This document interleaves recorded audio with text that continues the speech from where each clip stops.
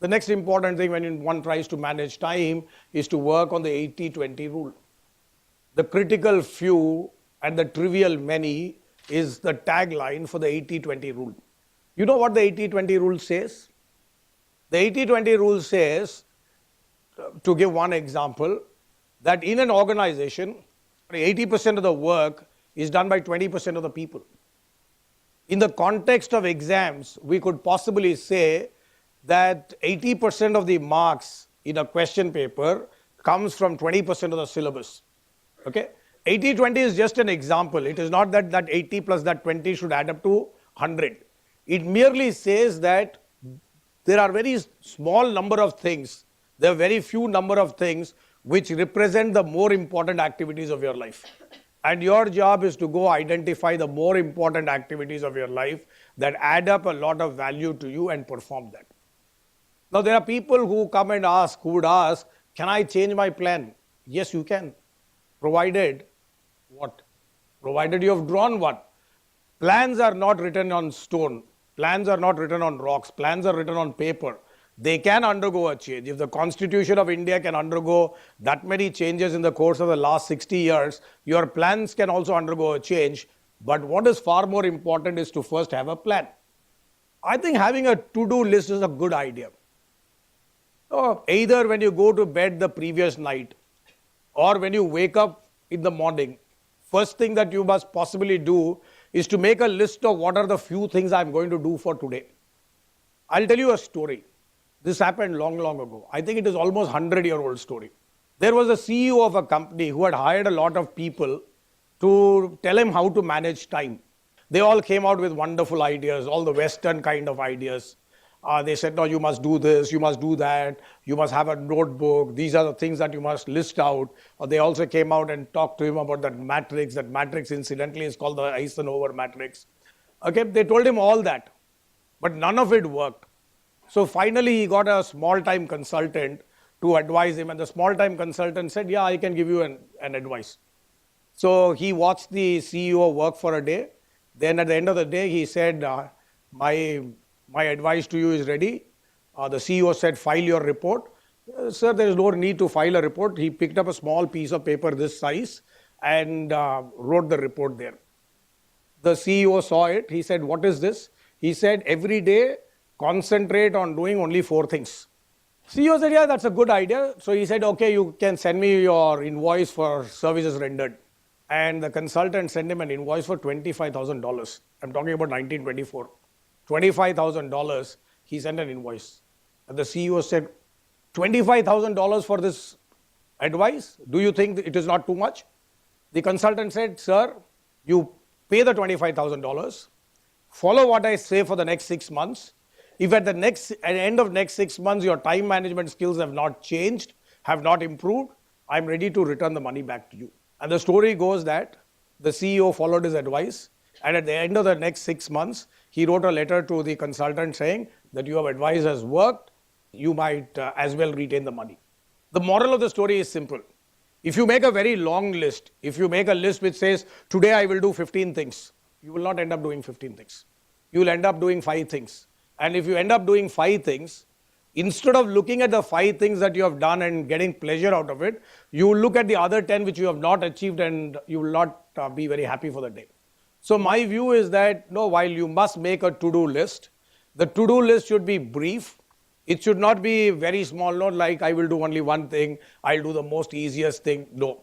You need to list out maybe 4 items or 5 items and make sure that you complete them.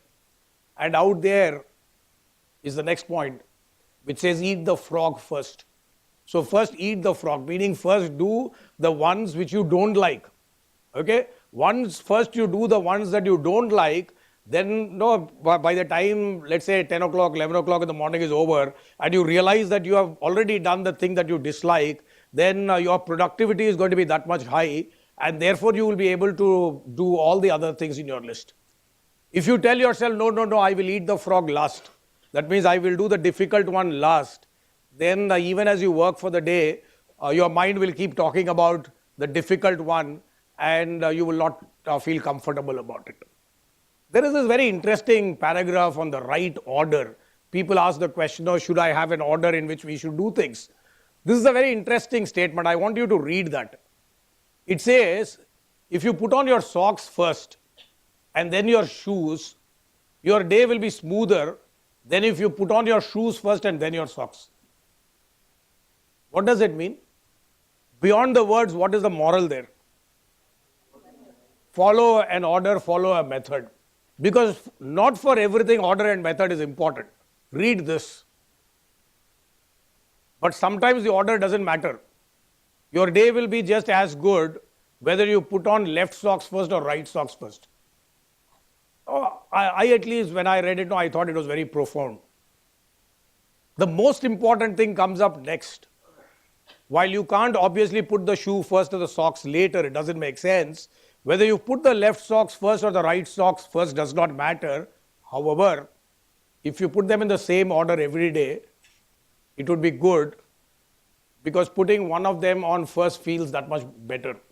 What I'm trying to say there is that if you keep doing the same thing every day, okay, like we were trying to talk about the need to sit in one same place and study, have a study atmosphere that is comfortable, do a thing in a particular sequence every time, then the order becomes important and the learning also becomes faster. Can you study in this room? Why? That looks very pleasant. Why does it look pleasant? Fresh air, okay. Desk is clean. It's easy to read in an uncluttered environment. Can you read in this on this table? Why? Very congested. So what is the moral there? It's not about comfort. It is about having the place clean. It's about working in an environment that looks clean. So it is not the size of the room that is important. It is how well the room is made up. Okay, in a form that is comfortable to you, in a form that is convenient to you. Maybe you can even put up the posters of a couple of people whom either you look up as your role model, because if that can motivate you, surcharge you, that is that much the good. Scheduling yourself for people who say, no, I don't find time for doing important things. My only suggestion is that if you don't find time, you will have to find the time, or you will have to make it. That means make the time. The best way to do that is to say no to people who ask you to do something by asking yourself whether this will help me. What is the one word for will this help me?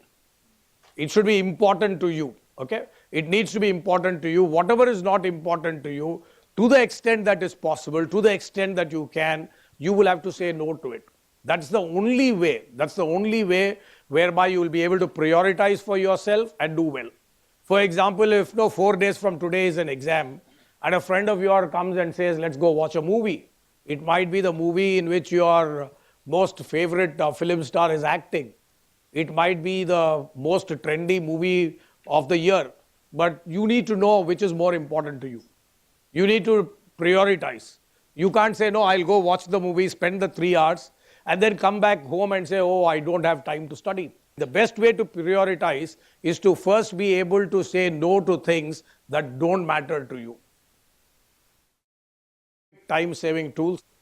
First one is you must plan as per your aptitude.